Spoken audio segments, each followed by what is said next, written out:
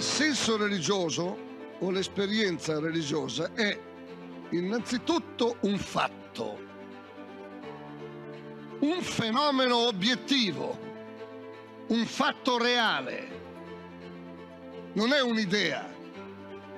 Innanzitutto non è un modo di sentire. Non solo si tratta di un fatto, di un avvenimento, ma del fatto più imponente e più inestirpabile della storia dell'uomo. Più imponente, più vasto, che neanche il fenomeno dell'amore dell'uomo e della donna, che neanche il fenomeno del rapporto tra genitori e figli. Perché il senso religioso è un avvenimento che pone, che afferma o che ricerca l'orizzonte entro il quale acquisti senso anche il rapporto tra l'uomo e la donna, anche il rapporto tra genitori e figli. Perciò è più vasto, perfino di quelli.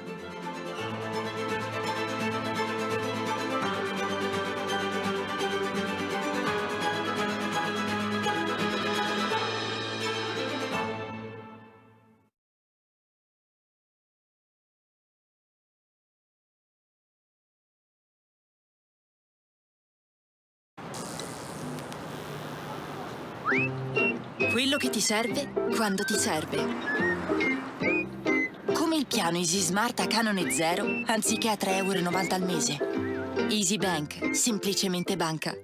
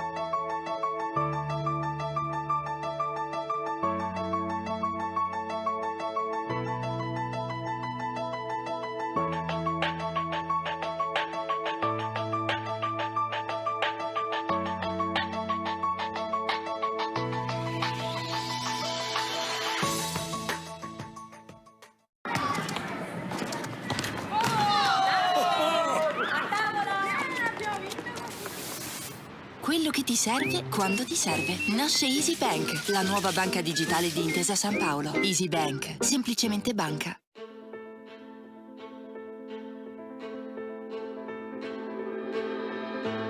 Il senso religioso o l'esperienza religiosa è innanzitutto un fatto,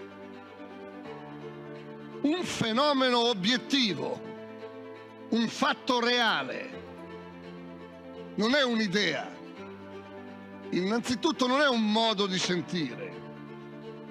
Non solo si tratta di un fatto, di un avvenimento, ma del fatto più imponente e più inestirpabile della storia dell'uomo. Più imponente, più vasto, che neanche il fenomeno dell'amore dell'uomo e della donna, che neanche il fenomeno del rapporto tra genitori e figli. Perché il senso religioso è un avvenimento che pone, che afferma o che ricerca l'orizzonte entro il quale acquisti senso anche il rapporto tra l'uomo e la donna, anche il rapporto tra genitori e figli. Perciò è più vasto, perfino di quelli.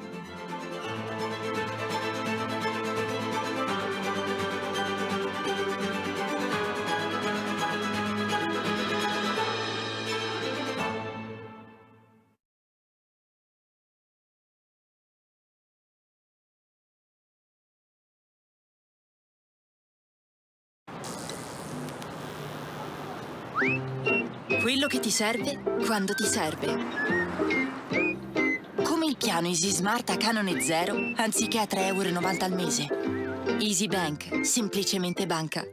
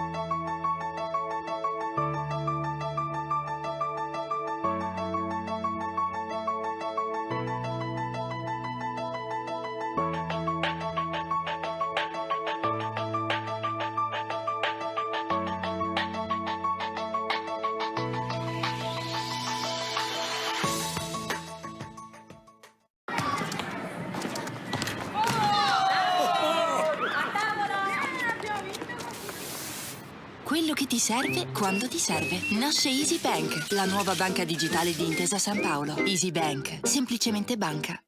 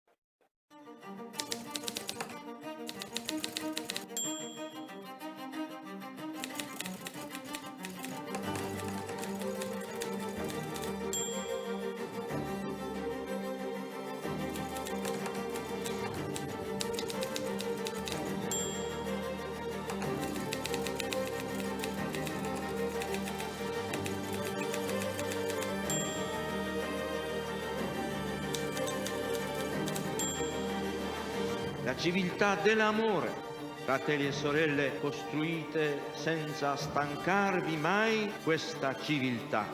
Lavorate per questo, pregate per questo, soffrite per questo.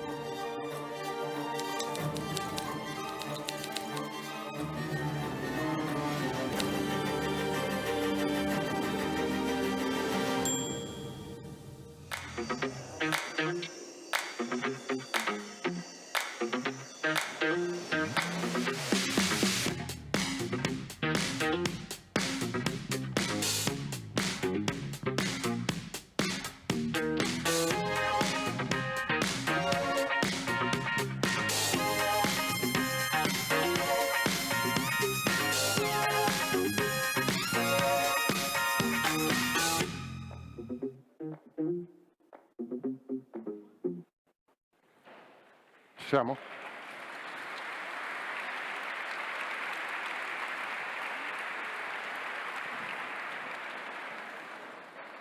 Me lo ricordo come se fosse... I remember as if it was today, Berchet High School, 9 o'clock in the morning, first day of school. It was October 1954.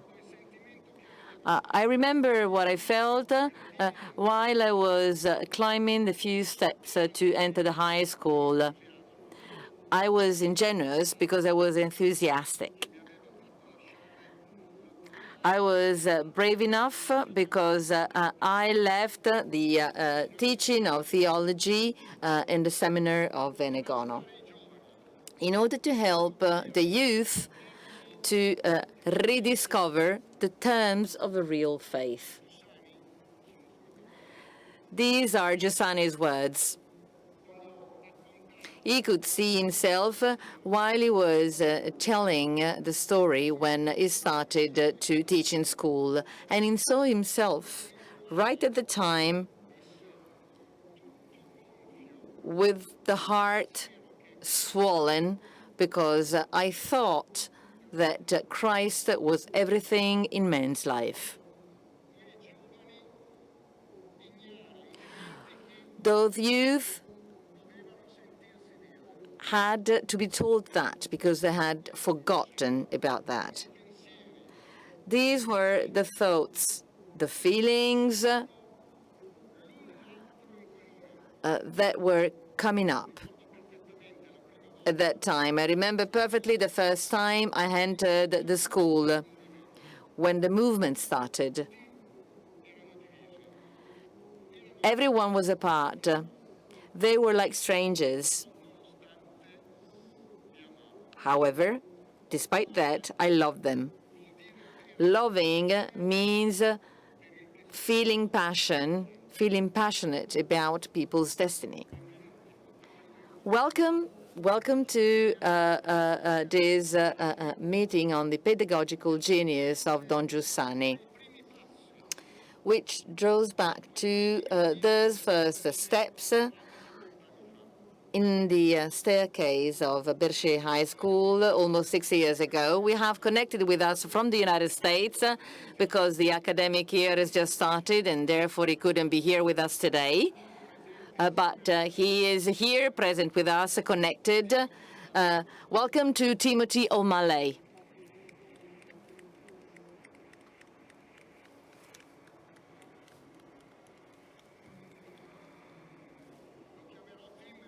I will call him Tim because everyone knows him like Tim is Tim.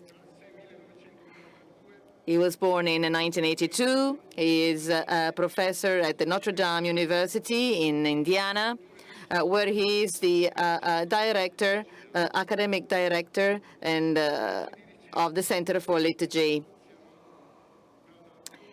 He has done extensive research in theological aesthetics, catechesis, and philosophy of education.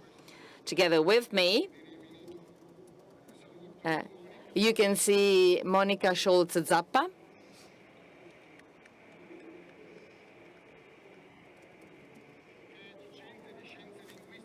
She is a lecturer in linguistic and cultural sciences at Albert-Ludwigs University of Freiburg. And her research focuses on topics connected to intersemiotics and cultural anthropology, and the philosophy of the language and philosophical anthropology. Last but not least, Carmine Di Martino,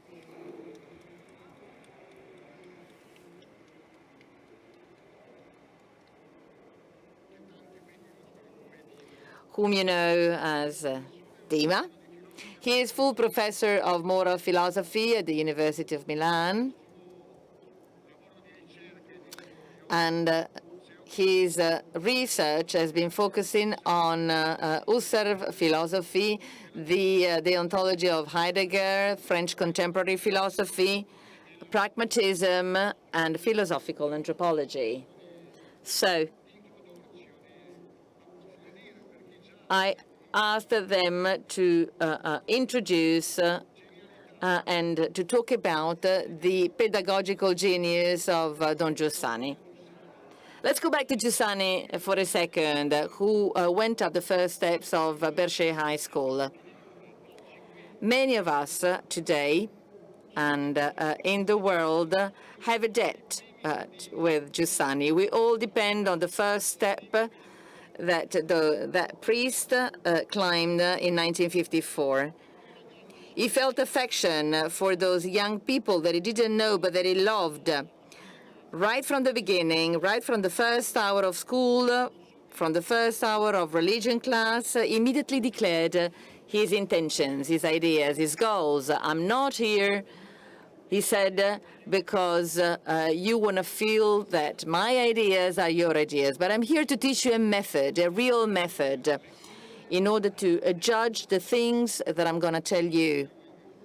And the things I'm going to tell you are an experience which is the result of a longer past, of a past made up of 2,000 years. Respect for this method has always been part and parcel of Don Giussani's educational engagement. In St. Peter's Square in 2023, for the centenary of his birth, the Pope talked about him. Don Giussani said, the Pope said, had the ability to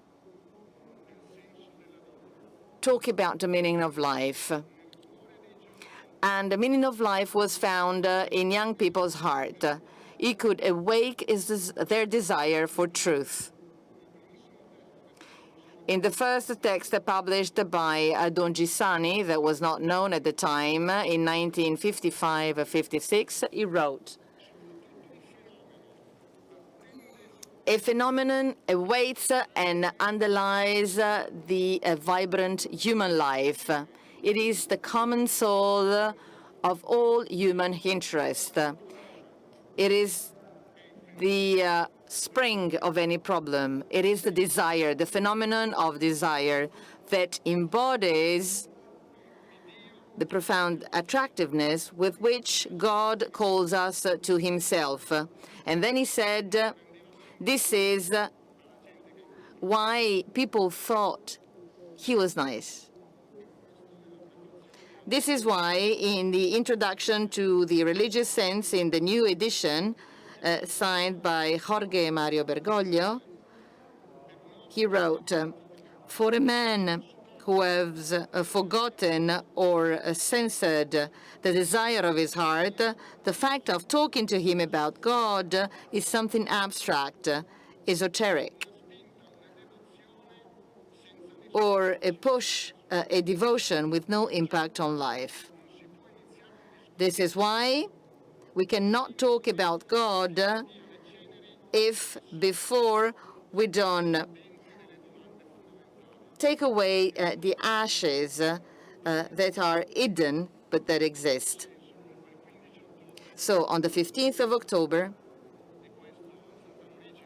and that was that led to the title of this meeting. It was acknowledged that Father Giussani was a master. The Church recognizes his pedagogical and theological genius. And this is why we have wanted to focus on this important aspect of the life of Don Giussani, which is one of the most decisive issues in today's society, education, which is a challenge concerning us all.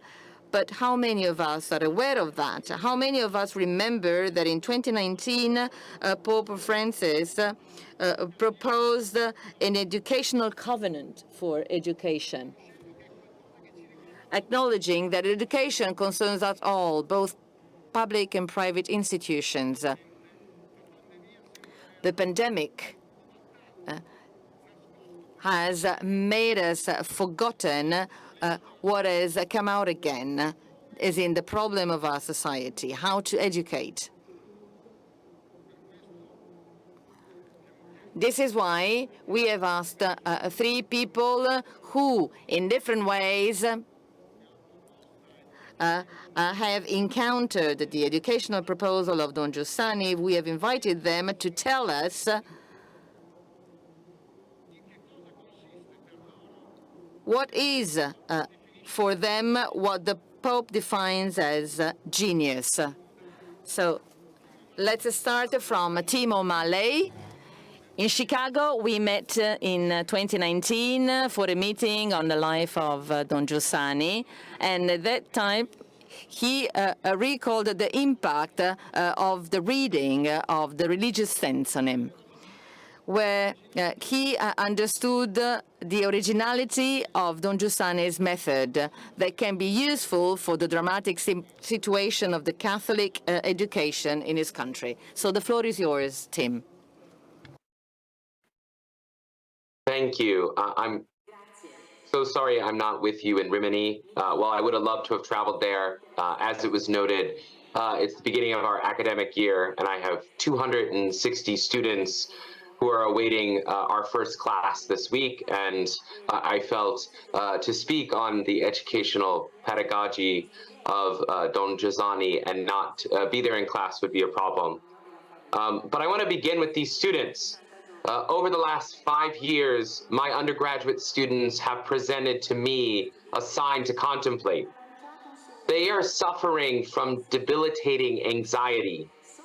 They are anxious that each and every exam they take will decide the totality of their future. They're anxious of that future itself, weary that they'll not find or friendship that will sustain them through their lives.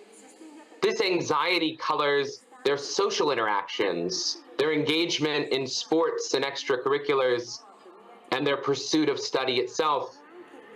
At least part of the educational emergency that we're abiding with in the United States right now is this feeling of angst that affects students in school as young or as 6 or 7 years of age. What's happening and what can we do about it? Since I first read Giussani's The Risk of Education, as well as The Religious Sense, both texts have been essential to how I think about these crises.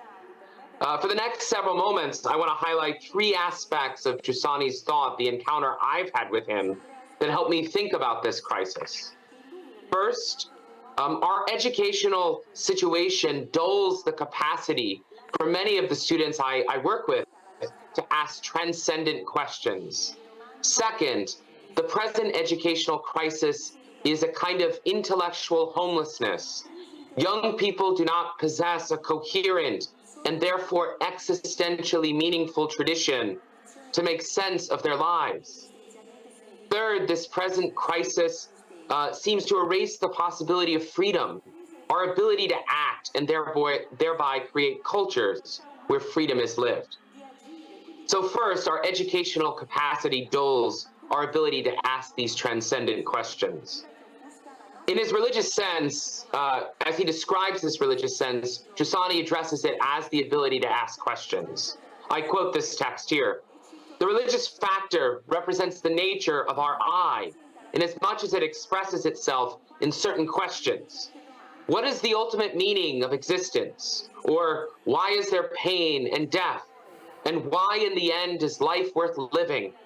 Or from another point of view, what does this reality consist of? And what is it made for? Thus, the religious sense lies within the reality of ourself at the level of these questions. It coincides with the radical engagement of the self with life, an involvement which exemplifies itself in these questions. In the chapters that follow in the religious sense, Giussani identifies various ways that we can either render the question empty or reduce it to an ideology that removes us from the adventure of reality. When I teach this work to my students, I often challenge them to think about various ways that they empty the question or they perform an ideological reduction. Unlike Giussani's context in 1980s Italy, my students are not primarily suffering from philosophical atheism, or they're not adherents to a communist ideology. They suffer from something, though, equally paralyzing, an inability to reflect on the meaning of what is in front of them. Theirs often is more what Pope Benedict referred to as a kind of practical atheism. They live their lives as if questions of ultimate meaning do not pertain to them. Yes, they want a job. Yes, they want to fall in love. Yes, they want a happy family. But they rarely examine the deeper questions related to, well, what kind of job would actually enable me to be happy, to live an existence of human flourishing? What is love, and how do I know when I found it? What does it mean to have a family, and how might it be integral to our vocation? They, of course, are capable of asking these questions. Who is not? In fact, I suspect their dis-ease at reality, their anxiety, is often because they've not asked the question publicly that their heart is pondering. They don't seem to have time to do so, having been initiated into a frenetic workaday world culture where they need to develop a 20-year plan in order to be happy. For those students on the margin, who are poor, who are in difficult situations at home, they have even less space to engage in an act of contemplative wonder about the gift before them. An educational solution to this dilemma, especially for those of us who are Catholic, is to encourage slowing down. Rather than participate in this frenetic, non-reflective culture, can we create educational systems where contemplation and wonder are at the core of what we're doing? Second, the present crisis of anxiety is caused by an intellectual homelessness, an inability to understand the story that we're a part of, or even to recognize that we're part of a story. Alistair MacIntyre's After Virtue provided an invitation to recognize the integral quality of story to our lives. We are born into narratives of family, of nation, of our own religious community. But if all narratives are rendered suspect, if there is no tradition by which we can make sense of our present experience, we become homeless. We have no story. This manifests itself in my students when we read old texts. The presumption, at least among the majority of my students, is that ancient texts, and I should say ancient for my students means more than 5 years old, are suspect. They offer no proposal for them to consider, since they're too ancient to relate to their present time. They are therefore left without a tradition to evaluate their present experience, beyond what they picked up piecemeal in schools, their family, and in the digital media environment that is the very milieu where they find their home. For those students, though, who've been reared in a tradition in Catholicism, they're often unable to understand the meaning of tradition to their lives. They're happy that the church once or currently teaches a particular truth, and therefore the sheer fact of that teaching is enough to make them secure against the perils of the modern world. Again, I find in Giussani a certain freshness that responds to this crisis in a way that engages with culture rather than becoming a sectarian enterprise contra mundum. From his Risk of Education, the traditions serve as a sort of explanatory hypothesis of reality for the young person.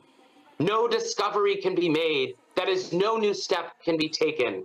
No contact with reality may be generated by the person except through a set idea of possible meanings. The working hypothesis gives people certainty about the possibility of their own endeavors, without which nothing happens and nothing is achieved. This allows for the marvelous eruption of discoveries, the marvelous succession of steps and chain of connections that characterize the development or action of a being. If you think about education as just reading old books or dealing with present problems, you make a mistake. Yes, the present is integral to our condition. We abide not in the past nor in the future, but in the here and now. It's why a student should ask why it matters that we read Augustine or Bonaventure or Simon Weil. What do they have to say to me now? The task of the educator is to propose that very point with all of our being. These figures that we read speak to us because they propose something to us. They demand that we make a judgment about ultimate meanings. The crisis of the humanities in the United States right now is the forgetfulness of the educational import of tradition. Just reading Plato won't inoculate you against this forgetfulness. But you need to read Plato as a working hypothesis, a proposal that's to be considered here and now. It necessitates educators who are not merely happy to hand on isolated pieces of data, but who are always philosophers, interested in the ultimate meaning of what it means to be human. Such educators must receive themselves a proper formation, not only understanding the history of a thinker, but to be a coherent person who lives out of these working hypotheses themselves. Lastly, my students are often feel they're not free to act, to change the situation they're in. In the course I teach on marriage, we often talk about the hookup, a meaningless sexual encounter that's more about the desire for a bit of connection here and now, bracketing out long-term commitment from the conversation. For the most part, they dislike these hookups. They don't want the hookup, but they feel powerless to do anything about it. They feel powerless about pursuing a career they possess no interest in pursuing. They're trying to escape from all these situations in life. They feel stuck. They feel unfree. As Giussani reminds us in the religious sense, freedom for the human being, in his words, is the possibility, the capacity, the responsibility to be fulfilled. That is to say, to reach and face one's destiny.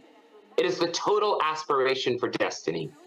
The true adventure of understanding is that we're not stuck, that we have a rich interior life, a rich life, where we can imagine a different kind of world, one marked by dialogue and friendship, rather than violence and blame. Pope Francis, in his apostolic exhortation to young people, speaks about this destiny as vocation. What we do has meaning. What we do has a transcendent meaning. It's a response of gratitude to the mystery of life itself. In fact, this is the kind of culture that we have to create as educators. It's not enough to ask our students to simply repeat back what we have proposed. It's not enough to ask them what a particular hypothesis means for them. We must not only invite them, but live with them the great adventure of existence, of life itself. As an educator, I'm especially attentive these days to the way that my students come to me with ideas about how to live out what has been proposed to them in the classroom. They want not only someone who can think with them, but to become a fellow collaborator in facing reality. They want community. Is not part of the present anxiety among so many of our young people a paralyzing loneliness. The educational task is to create schools, families, and other apostolates where we can learn anew that we are not alone. We are not the only person striving to live out our destiny. In common, we can, we must, and we do. Thank you.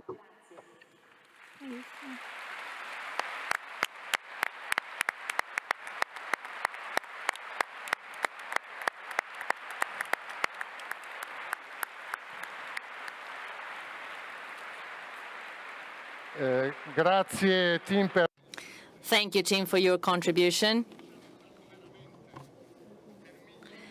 Don Giussani, for thousands of people, was and still is this companion in our journey for the self-realization, for the self-fulfillment. Monica, please help us understand this word that the Pope chose in order to describe the educational offer of Giussani, because he called him a pedagogical genius. Hello, and thank you for inviting me here.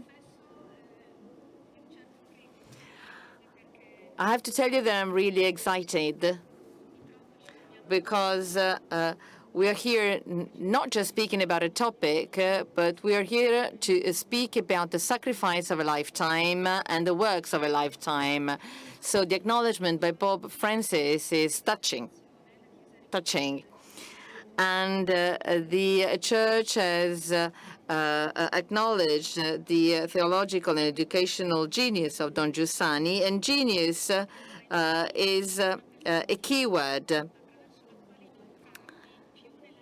And I want to talk about some contents describing the pedagogy of Don Giussani. Usually the word genius evokes many images, such as originality, creativity, extraordinariness. And Giussani was really an extraordinary person. It's as if all these images couldn't give us back that presentiment of a beyond that we perceive when we use the word of genius in Giussani. As Pope Francis said, it is a genius that has been deployed from a charisma that was given to him from the Holy Spirit, from the common good. So the question is, what is the relation between charisma and genius? How is a charisma deployed? A charisma is a gift that God bestows according to his benevolent plans. But this gift is also a living call to a relationship, a task that is embodied in a form and in a content. There's a call and a response which is not just given at the beginning, but throughout the life. There is nothing mechanical in this deployment, and there is nothing that can be taken for granted, such as the unfolding of certain premises. Charisma and genius are closely intertwined in Giussani. Charisma itself, to use the words of Don Giussani, is an event that only genius can embrace and shape.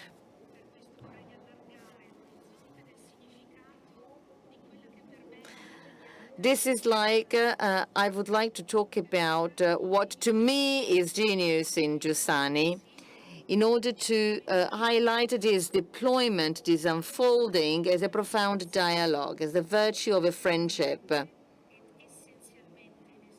which is inexhaustible. Talking about the genius in Giussani means to speak, above all, about a way of life.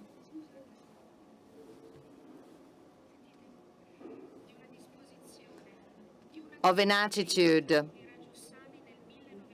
as Giussani would say in 1998 in Rome when he met Pope John Paul II, made up of a close dialogue, the living dialogue that was perceptible in his gaze when he stared at a person, trying to understand not only what this person's destiny might be, but above all, trying to understand what God, through that person, was suggesting to him at that time. One of the most evocative images that tried to define his genius in this Giussani was offered to us by the then Don Angelo Scola when he spoke about a new thought, a spring thought. So I would like to recall a phrase that is taken from the religious sense that not only expresses Giussani's vision of man, but also reveals to us the consciousness that Giussani had of himself, of his genius, of his thought and action, is a self-consciousness. And I quote, "It is a perception of me as a stream rising from a spring. There is something else that is more than me and from which I am made. If a spring flush could think, it would perceive at the bottom of its fresh bloom an origin that it doesn't know what it is. It is other than itself." Thus, in spite of all images, the paradox of this genius in Giussani is called obedience, meaning op audire, listening and responding to the voice of another through the words of reality, through the objective call of the reality of the Church. Genius meaning availability, vigilance, attention, as poverty of the spirit. And many times Giussani repeated, "Generate those who are generated," and he himself experienced that. I wanted to say that because this type of genius conveyed in form and content those gifts that gradually emerged and became, through his critical and systematical thinking, the genius of a thought and of a life proposal. In action, concepts such as anthropology, education, pedagogy,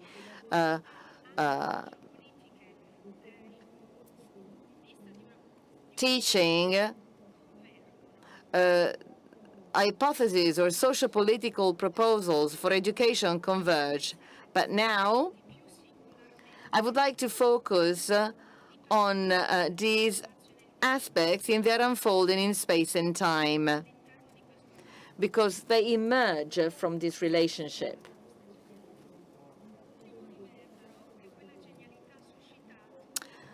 That genius was connected to the look at the human structure. Let's call it anthropology.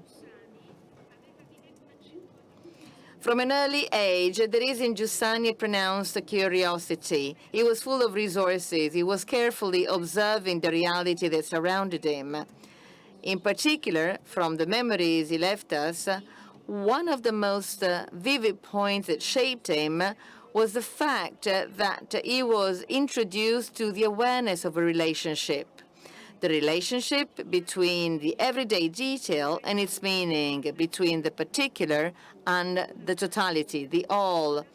When his mother reminded him to pray for those in difficulty, when his mother connected the beauty of the stars with the greatness of God, she created a synthesis, a link, a sort of religio between the self and the totality, between the self and God. A synthesis that Giussani was able to develop in his seminary thanks to his professors, his teachers, who accompanied him to understand the link between the human reason and the grace of faith, between man's question, which is man, and God's answer, which is God. a synthesis that found its fulfillment in the beautiful day when Giussani realized that that link had become a reality in history. The word became flesh, a thing of the other world in this world. This vision of man as a creature fulfilled in Christ, profoundly intertwined with his personal life, was the baggage that he boarded on that train that would take him from Milan to Rimini, and from which that inexhaustible dialogue once again took form and content. Let's imagine to get on board of this train. And let's stop in the place and time. There are young people in that compartment, in the compartment of that train. There are those who are ashamed to speak about certain topics. There are some who shy away. There are some people mocking the Christian story.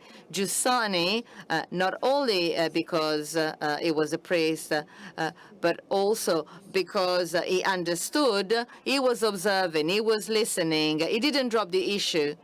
He took the circumstance seriously and realized that the problem was not just ethical, but was a problem at the level of knowledge. He spoke about ignorance. He found them frighteningly ignorant of the church. He could have used another definition. He could have given another judgment. But he understood, he realized that the problem of affection or disaffection to oneself and to one's destiny is above all a question of knowledge. This is when there is the intuition and the educational intention of Giussani, and this is when it was triggered. In this sense, this intention deepened within the most sensitive and fertile environment, as in the youth environment, in schools, in parishes. But it was a question that concerned and concerns us all. It certainly concerns the teacher in front of his or her pupils, or the parent in front of their children. But the educational issue concerns the doctor in front of the patient, the friend in front of the friend, the gaze in front of the illness and death. It concerns me now that I am here in front of you. It concerns my self-awareness. Tackling the educational question at the level of knowledge meant putting the human structure understood as a bond, as religiosity, back at the center, but above all, accompanying young people to the consciousness of that bond, to the consciousness of its fulfillment, to their self-awareness. It is clear to Giussani that affirming a religiousness in itself is not enough if one doesn't get to the conscience and the reasons for it, to the conscience of that dynamic that constitutes man, as if to say, being aware of the beautiful day is part of the beautiful day. In this sense, education means metanoia, a word that we know means to make a movement, a journey, to dare to go beyond a naturalistic vision of the self, giving it back the dignity it deserves, as in to be a link. It is a meta-nous, a thinking beyond, above, a change of mindset. Therefore, recovering the consciousness of this human structure as a bond, that is an anthropology, and fostering a meta-nous, an education, a consciousness of self. And today it is necessary more than ever. But how? It was 1953, and speaking with some leaders of the Metadiocesan Association, Giussani said, all this emphasis and this call full of energy is absolutely right, but we need to find a method to say it. Otherwise, this is not understood. We need a method. So this is the issue. But this could be perceived as a strategy in view of a certain goal, and so could be clumsily and reductively applied and condemned to exhaustion. But the question of this method, as Giussani called it, does not only endure, but it is a question that it is still interesting today. So much so that a pope put it back at the center and gathered us here today. But why? What is so interesting about this method? It is the fact that this is the very method of Christianity. It is Christianity in itself. That is to say, not only being the way, the road between man and God, between the man and destiny, but in the scandal of incarnation, it is at the same time truth and life. It is a way, a method that is life. It is a life that is method. What fascinates us is this contemporaneity. There is no before and after. There is no application of a principle, but it's already there. It is all tremendously there in the moment I live, the way, the truth, and the life. A contemporaneity of which Giussani tried to clarify not only the nature of what was at stake, as in the religious sense and the Christian advent, but also their interaction. I'm going to quote the answer to an interview because you can understand how all these factors were important. Pedagogically, Giussani said, it is only in the face of the truth answer that the question is perceived in all its factors, in its truth. So first the answer, and then I can explain the question. However, this is not mathematical, because the question can be confusingly presented as dissatisfaction. It is a negative aspect. But in the living game, once the dissatisfaction is established, it is the offering of an answer that makes the question inherent in the dissatisfaction perceived. Again, this contemporaneity of a question and answer and of a question. So we can read what Giussani said in Rome. It's in this interaction that was called experience by Giussani. This is a concept that is still debated today for its reduction, for the reduction of the term experience that can be approved. Oftentimes, Giussani talked about that. And there are many misunderstandings, and that is why Giussani, in 1963, 10 years after their intuition, 10 years after practice, Giussani wrote the famous 3 pages to the future Pope Paul VI in order to reassure him. And he sets the canon of this experience, which we can find at the end of the risk of education. That is made by encounter, grace, and awareness of correspondence. And Dima will talk about that in detail later on. As for the awareness of correspondence, is that Giussani underlined that it has different meanings. So,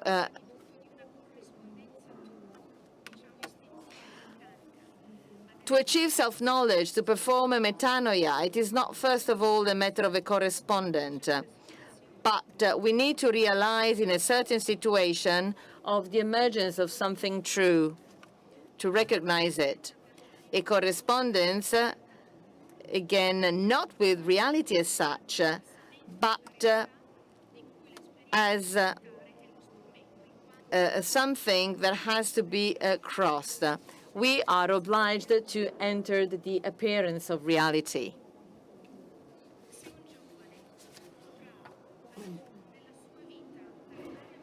if young people will be able to say in his life, I am you because you make me, with all his affection,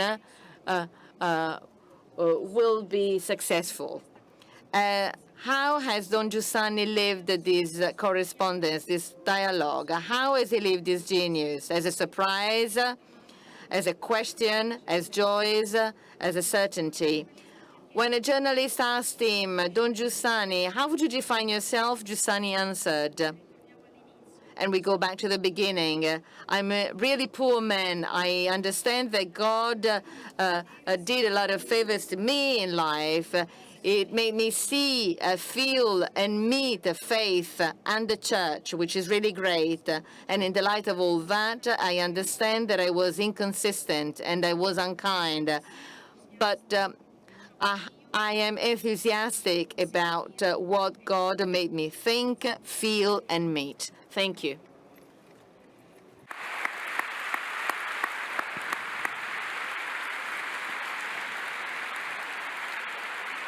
Anche Monica as well underscored, as you could hear, these educational dynamic that leads young people discover meanings. It's a long journey made of stepping stones. And Professor Di Martino has been analyzing deeper and deeper Giussani's thought. And he carried out a project launched on the occasion of the centenary of the birth of Don Giussani on the 3 books on the theological, philosophical thinking, and also on the social and educational thinking of Don Giussani. The last one is the introduction to total reality that has been freshly printed just for this meeting edition.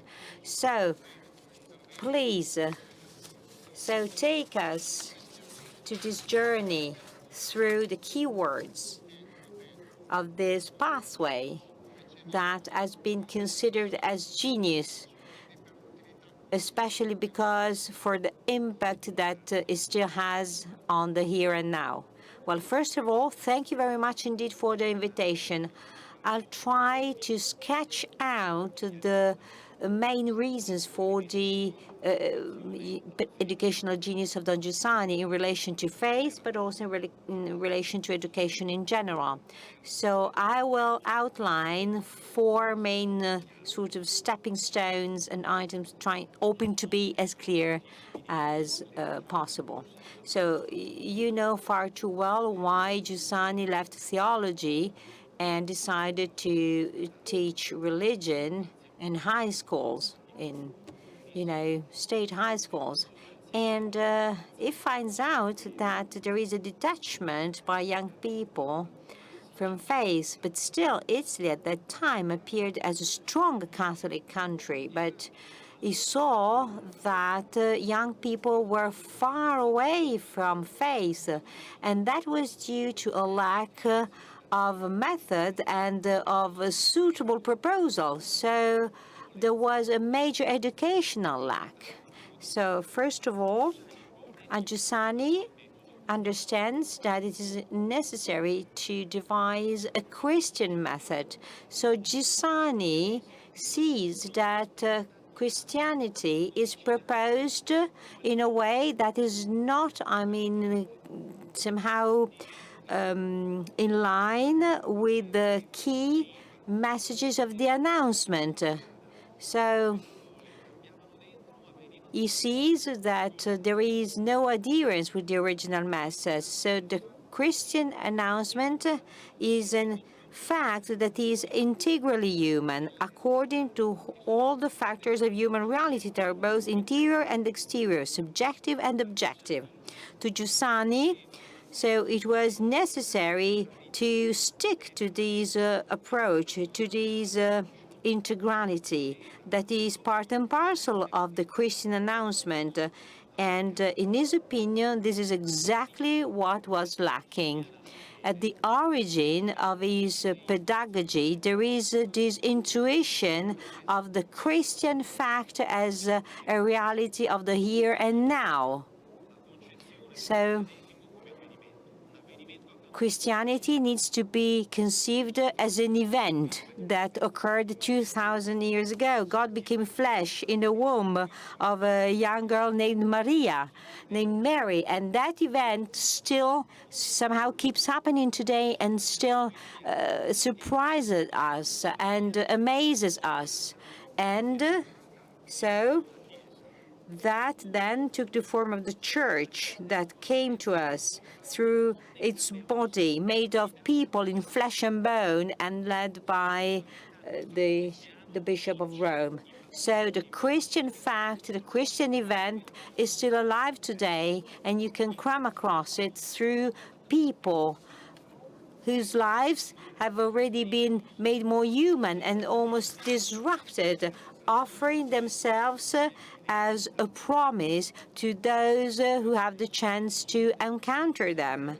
So this is the core of this new Christian approach developed by Giussani. So this becomes a method of evocation and education of the faith. So it's the art of the small steps. Why? Well, because if you stick to the original features of the announcement, everything changes. What happened 2,000 years ago, the human journey of the apostles with Jesus and the wonder for his presence, following him, seeing the miracles, the growing of the certitude in him, the question about who he really was, and well, all this is not something belonging to the past. It's not a past experience. No, it's an experience that is still possible in the present, in the here and now. The same experience, the same steps, the same pedagogy. So starting from the event of an encounter, exactly as it was the case at the origin, because if God, so the mystery became flesh, became a presence that is integrally human, and in order to get in touch with that reality, you need an encounter, a meeting. Instead, if these original features are not complied with, everything becomes metaphorical or interior-wise. So the encounter, the wonder, the following, all that loses meaning, is reduced to a metaphor or something that is merely interior. And then the pedagogy cannot be developed adequately. And finally, it's reduced in a doctrine or in something that is moral or to socio-pedagogical models or psychological models that are very trendy. So Giussani wants to carry out an educational revolution. So if Christianity is a fact, is an event, well, that fact, that event is the key trigger of every human dynamic. It makes those dynamics be visible, be tangible. A pedagogy of faith cannot be estranged from a pedagogy of humans. To Giussani, so you need to emphasize the key factors of a human Christian pedagogy. And the very first key factor of education should be of giving freedom, giving air to those elements that are inside a seed, so that it can fully develop its potential, can be fully empowered. So the very first important thing in any education, the very first concern, and Giussani says, is the respect, the attention, the care, the loyalty to those original elements that nature entails in a seed, in a grain. Otherwise, you create monstrosities, something that is incomplete or something temporary that is then followed by death. And I'll make an example. So in order to carry out a proper education to faith, so authority, verification community, have to be part of an education to being human if properly conceived. So this is the real educational revolution carried out by Giussani with respect to the scenario of the time. And now I'm quoting a text from the 60s. So what we want to change is education as it is. Otherwise, we will always make a sort of 100% effort just to get a 0.01 result. Instead, if we try to rethink education according to the key original factors, we will have much more easily and presumably a much better result. Out of a 100% effort, we would have a 7, 8, or 9% result. Third key element, the risk of education. So Giussani keeps thinking over an education that should respect and comply with the original factors. And many of these reflections are part of the risk of education that is probably his most well-known educational book. Well, you certainly know that book very well, but you can read it again to get more insights and details. So educating, according to Giussani, means introducing an individual to total reality. So trying to promote the integral development of all their structures, but at the same time, all the possible active connections of those structures to reality.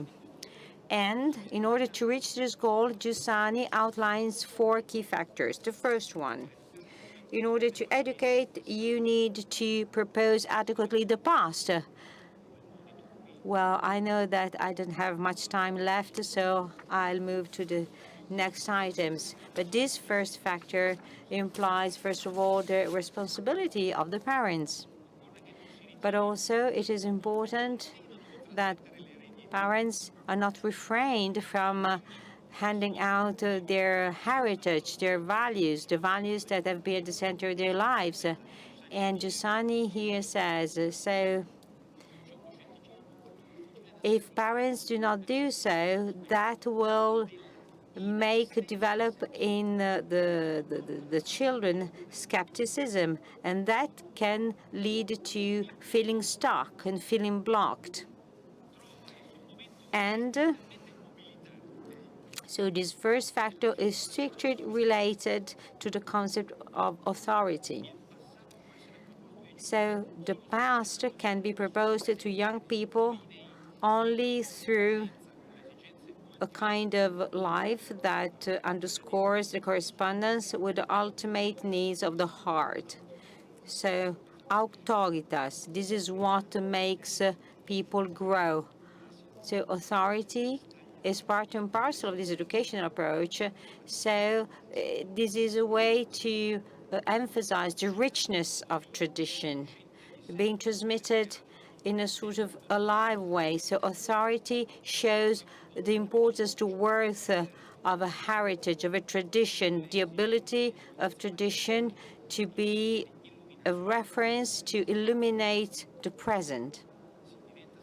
So you can become yourself if you follow this authority, this example that is part of everybody's journey. This is part of the law of the universal law of experience, and this applies to life in general and to the whole life. So we always need to live reflecting on what we're going through. And another key factor is this: the true, real education, and I quote, needs to be an education to being critical. Giussani insists on the need of developing the ability to assess, to be critical. So you always need to compare the proposals that you receive and the needs and evidence that are originally part of the human person in order to better understand what we are being offered, to better understand in an aware way the truth. So So that past is proposed in a way so that the past can be taken, this reason can be understood, compared to your own heart and say, yes, it's true, no, it's not true, I have doubts. So through a companion, then you can find your answer and say yes or no. But by doing so, a human person can develop themselves. And Giussani, in this respect, says, we're being too much afraid of this kind of critical approach.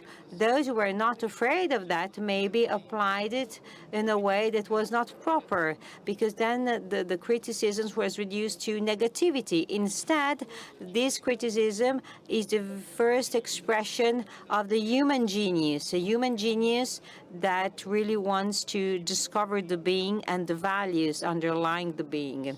So here you see a big gap between education and homologation. Education and somehow trying simply to transmit a doctrine.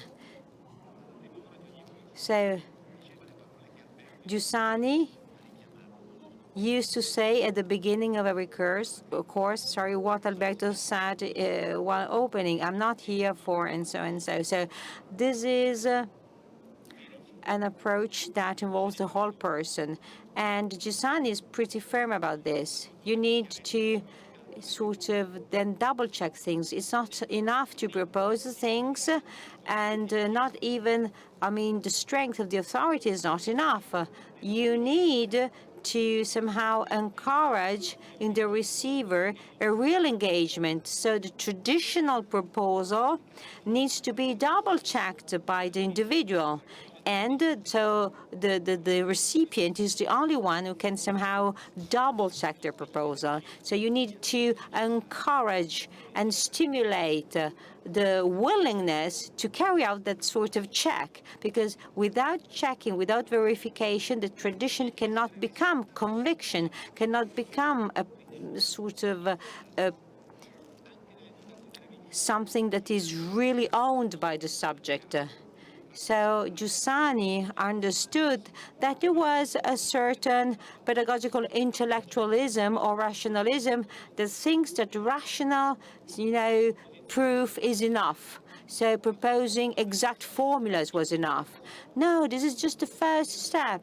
So what does it mean to verify, to check? It means to engage and to commit, to face reality, to confront reality according to the working proposal of meaning that the subject has received, that needs to be considered through the authority. So then the subject has to see if really that is, the measure of things to be somehow considered for any experience in life.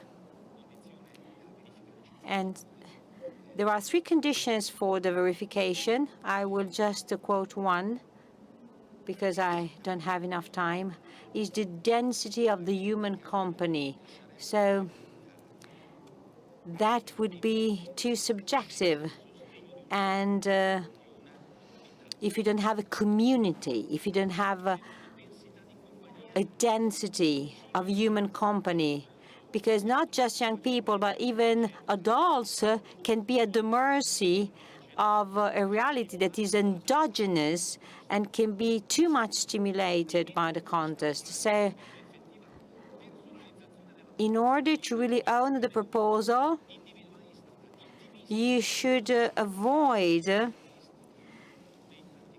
a too rational interpretation. Today, we can say that individualism has become radical. And then we have the risk of education, because the verification implies the freedom. And, a real educator really wants the person being educated to be fully free without being too protective or patronizing. And so we've come to the end.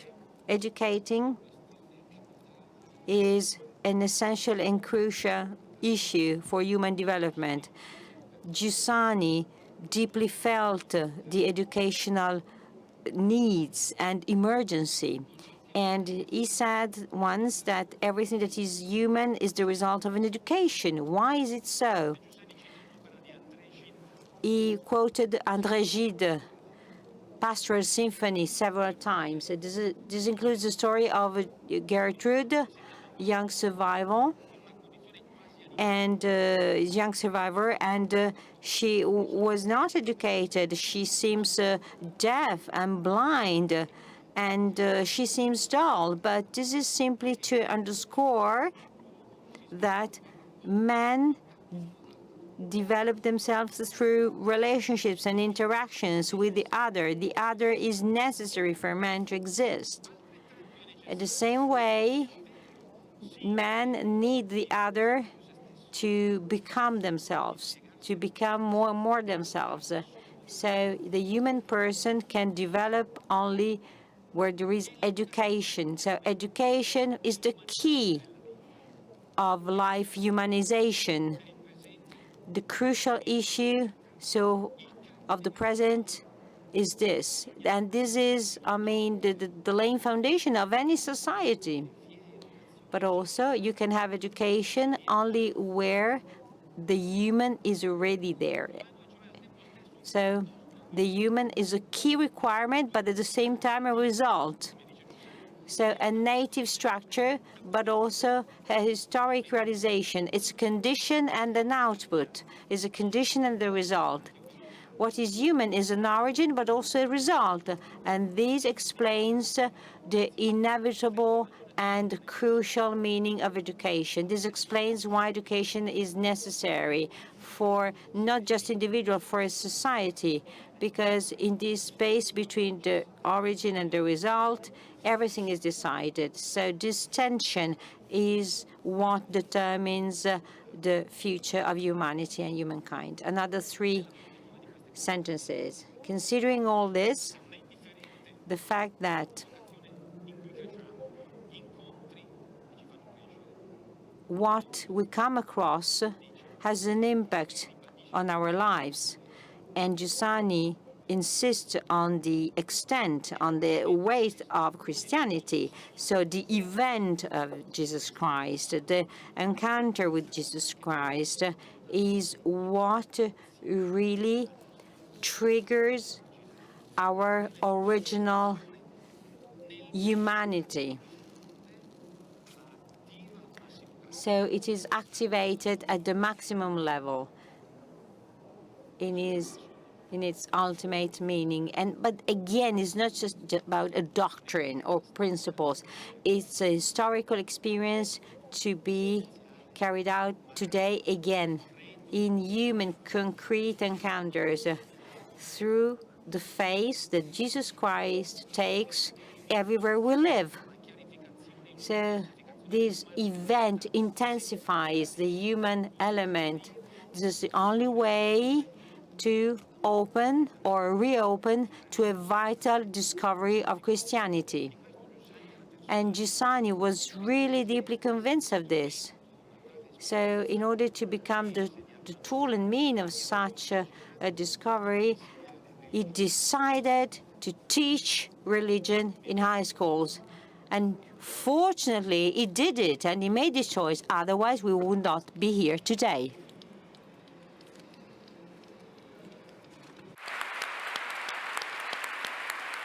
Ecco, Well, you had a taste of the richness that is represented by this proposal.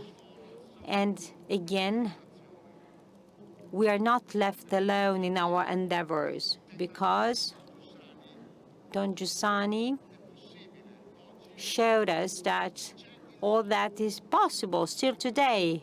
And there is a place whose first and most important task is the activation of this humanity to guide us towards the discovery of the meaning of life. So I will just take 30 seconds to read you a sentence of Giussani that sounds like, the forward, the announcement of what we're doing today, so the education of humans to life. And that meaningfully, the communal liberation movement proposed as main topic to somehow accompany these 2023 summer vacations, and that are really epitomized by the Rimini meeting. And I think that probably this is the key prerequisite of the educational approach of Giussani. So let's start to judge. This is the beginning of the liberation.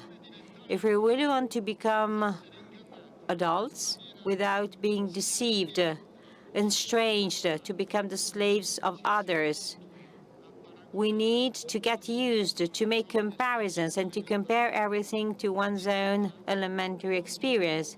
Actually, I propose a task that is not easy at all. Probably it will be highly unpopular, and we need to be aware of this. Well, usually everything is addressed according to the mainstream opinion that is disseminated by those who have the power. So the biggest challenge to that dominating mindset that is imposed upon us on everything from ideas to clothes. And this is really about the fact of start judging, and judging according to our own first and primary evidence, and not according to the most occasional reactions. And what is the meeting of Rimini? It's an attempt, and being an attempt can be constantly being improved. And this is the constant attempt to make something familiar and usual. And I'm talking about judging. And Giussani says that judging as the key first step towards liberation, to be free, so to set ourselves free from estrangement. And for those of you who have come across the Rimini meeting as an event, well, this is such a precious and valuable event. And this is possible only if thousands of people, of free people, understand the richness and worth of this. Because this event really entails a promise, an invitation. So reach out your pockets and offer a little contribution, because that contribution is decisive for this reality, this event, to keep existing. So if you haven't done it yet, please donate. Donate at the Donate Now desks in order to make this unique experience that is the meeting of Rimini to keep existing, because we want to make this event grow and remain a place of liberation for everybody. For those of you who may be interested in getting to know more about the topics we have talked about today, we have a website, scritti.luigigiussani.org, where you can have access to all the texts that our speakers mentioned. I thank Tim from the US. Thank you very much. Thank you, Monica. Thank you, Dima. And I wish you all the best. Thank you very much. And see you soon. Thank you.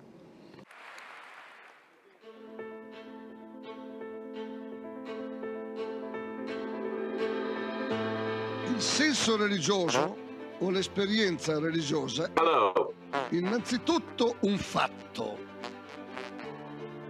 un fenomeno obiettivo, un fatto reale. Non è un'idea. Yes.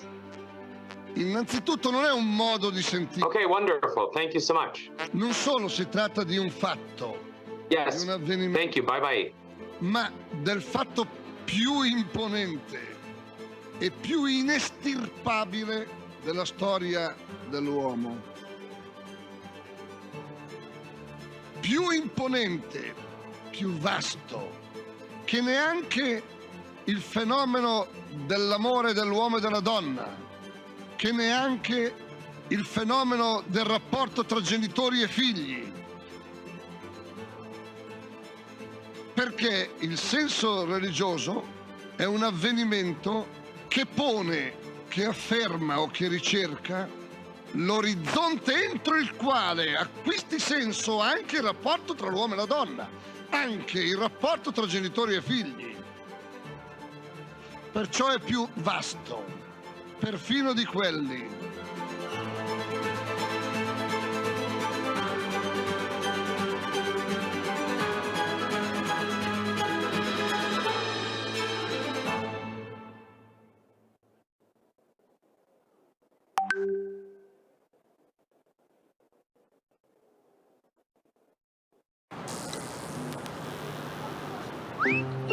Quello che ti serve quando ti serve.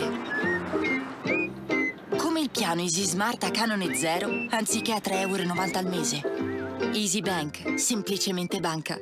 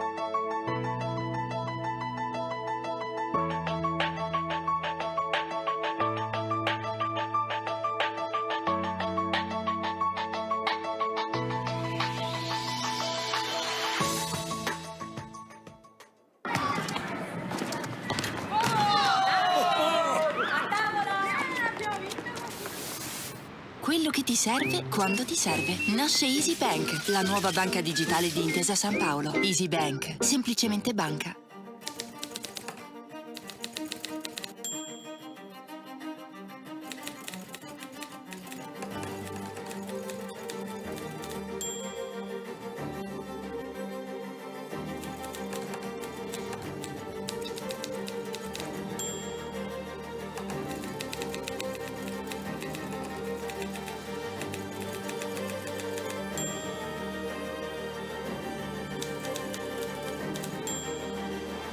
La civiltà dell'amore, fratelli e sorelle, costruite senza stancarvi mai questa civiltà. Lavorate per questo, pregate per questo, soffrite per questo.